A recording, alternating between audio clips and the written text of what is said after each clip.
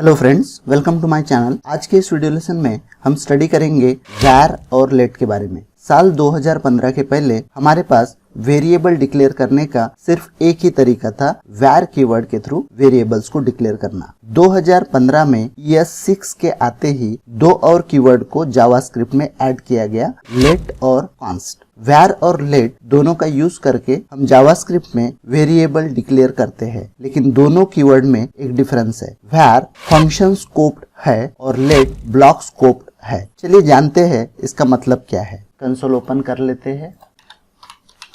console.log x var x equal to 5 console.log x।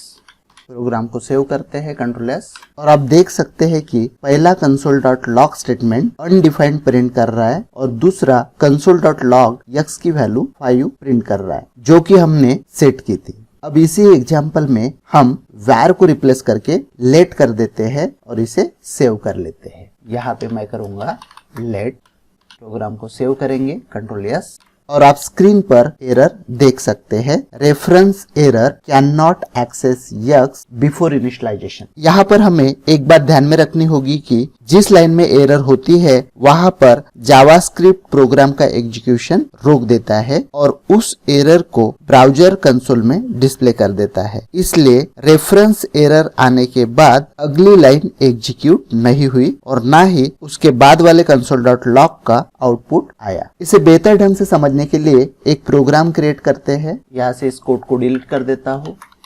var x equal to 5। यहाँ पर हमने x नाम के वेरिएबल को var के थ्रू डिक्लेयर किया है और उसकी वैल्यू 5 सेट कर दी है।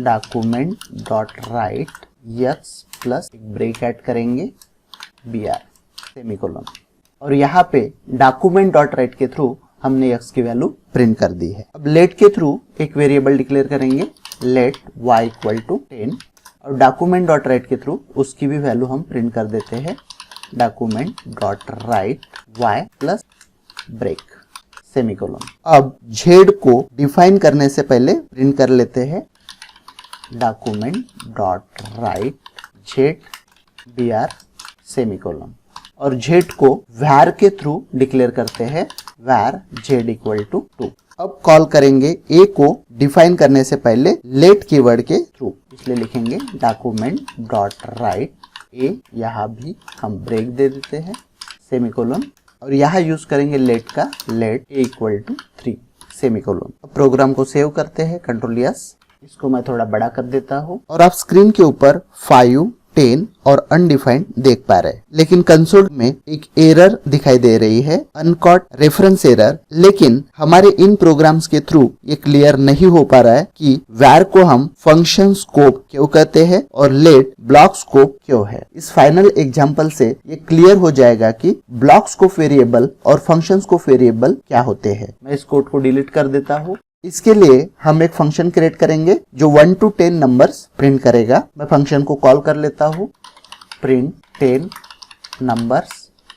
ये हुआ हमारा फंक्शन कॉल, जिस फंक्शन को हम अभी डिफाइन करने वाले हैं। यहाँ पे डिफाइन करते हैं function print 10 numbers opening brace. यहाँ पर हम पहले var के थ्रू वेरिएबल डिक्लेयर करेंगे, var i। अब लूप के थ्रू 1 to 10 नंबर्स प्रिंट कर लेते हैं, for i equal to 1, i less than or equal to 10, i plus plus, document dot write i plus br। Program को save करते हैं, Ctrl+S, और आप स्क्रीन पर 1 to 10 नंबर्स देख पा रहे। अब var कीवर्ड को let से रिप्लेस कर लेते हैं और देखते हैं इसका आउटपुट। यहाँ पे हम कर देंगे let, प्रोग्राम को सेव करते हैं, Ctrl+S, और आपको स्क्रीन पर 1 to 10 नंबर्स दिखाई दे रहे हैं। यानी var को let से रिप्लेस करने के बाद भी प्रोग्राम के आउटपुट में कोई फर्क नहीं पड़ा, क्योंकि let ब्लॉक स्कोप है और इसका ब्लॉक स्कोप फंक्शन के ओपनिंग ब्रेस से लेकर फंक्शन के क्लोजिंग ब्रेस तक रहेगा, क्योंकि इसी ब्लॉक में हमने इसे डिफाइन किया है। अब हम इस प्रोग्राम में दो चेंजेस करने वाले हैं। पहला, var को फॉर लूप में ही डिक्लेयर और इनिशियलाइज करेंगे और दूसरा लूप के बाहर एक डॉक्यूमेंट डॉट राइट ऐड करेंगे जो लूप के बाहर आने के बाद आई की वैल्यू प्रिंट करेगा। यहाँ से मैं ये स्टेटमेंट हटा देता हूँ और यहाँ पे मैं लिखूंगा var और यहाँ पर एक document dot right statement add करेंगे।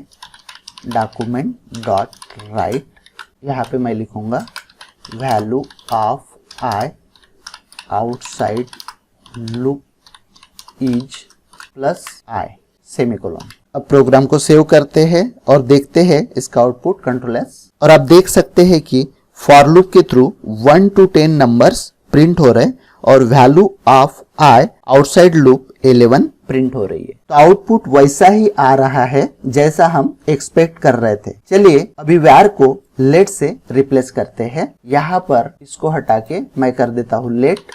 प्रोग्राम को सेव करते हैं कंट्रोल एस और आप स्क्रीन के ऊपर 1 to 10 नंबर्स देख पा रहे, लेकिन value of I outside loop ये आउटपुट आपको दिखाई नहीं दे रहा है क्योंकि आप साइड में कंसोल पे ये एरर देख सकते हैं, uncaught reference error I is not defined. ऐसा इसलिए हो रहा है क्योंकि लेट का स्कोप ब्लॉक स्कोप है, यानी जिस ब्लॉक में हम लेट के थ्रू वेरिएबल क्रिएट करते हैं उसी ब्लॉक तक उस वेरिएबल का लाइफ स्पैन होता है। जैसे ही कंट्रोल उस ब्लॉक से बाहर आता है उस वेरिएबल का लाइफ स्पैन एंड हो जाता है। इसलिए ब्लॉक के बाहर यानी फॉर के क्लोजिंग ब्रेस के बाद जैसे ही हम आई की वैल्यू प्रिंट करने की कोशिश करते हैं हमें uncaught reference error I is not defined ये एरर दिखाई देता है। और जब यही वेरिएबल हम var के थ्रू डिफाइन करते हैं तो हमें कोई दिक्कत नहीं होती है आई की वैल्यू प्रिंट करने के लिए क्योंकि var फंक्शन स्कोप्ड है।